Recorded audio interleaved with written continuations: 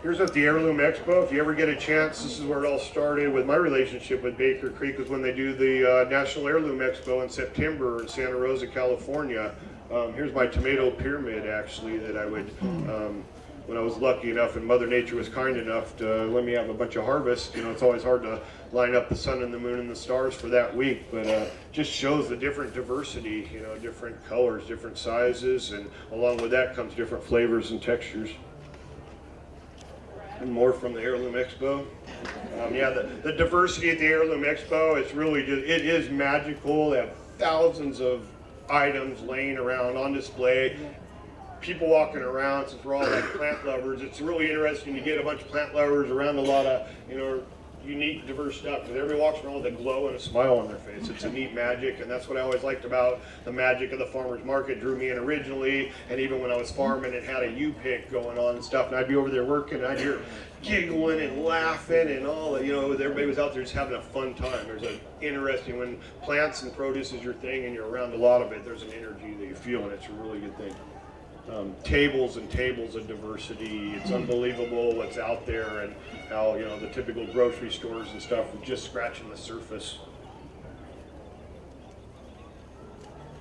And then the tomato tasting at the Heirloom Expo last year, and Brad's Atomic Grape won first place.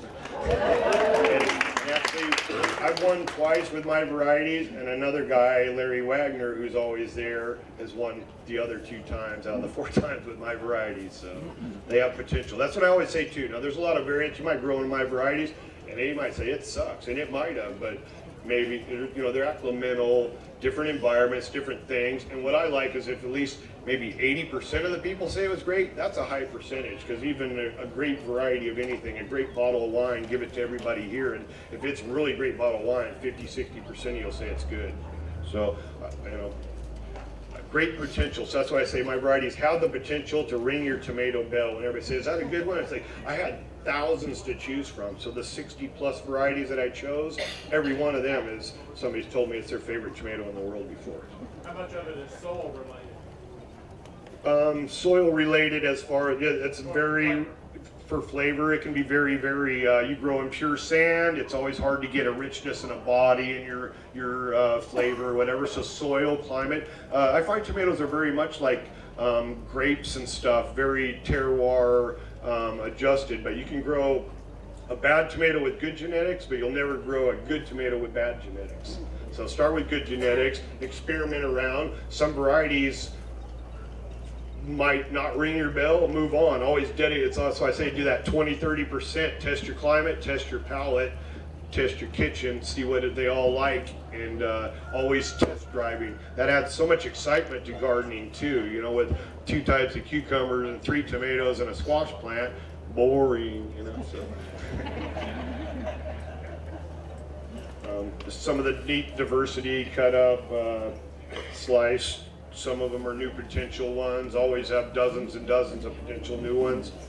I have a neat poster, I didn't bring any, it's available on my website, wildboarfarms.com, along with over 60 varieties of seeds, super cool shirts, some other things.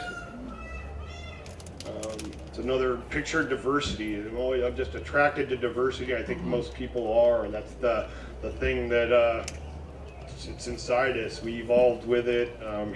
That's what made us successful and be standing here today. Originally was the diversity. We just bottlenecked for 50 years, and it's time to jump back out of that bottleneck and not have only 3 varieties of apples to choose from or 2 varieties of tomatoes. You know, we want at least 50.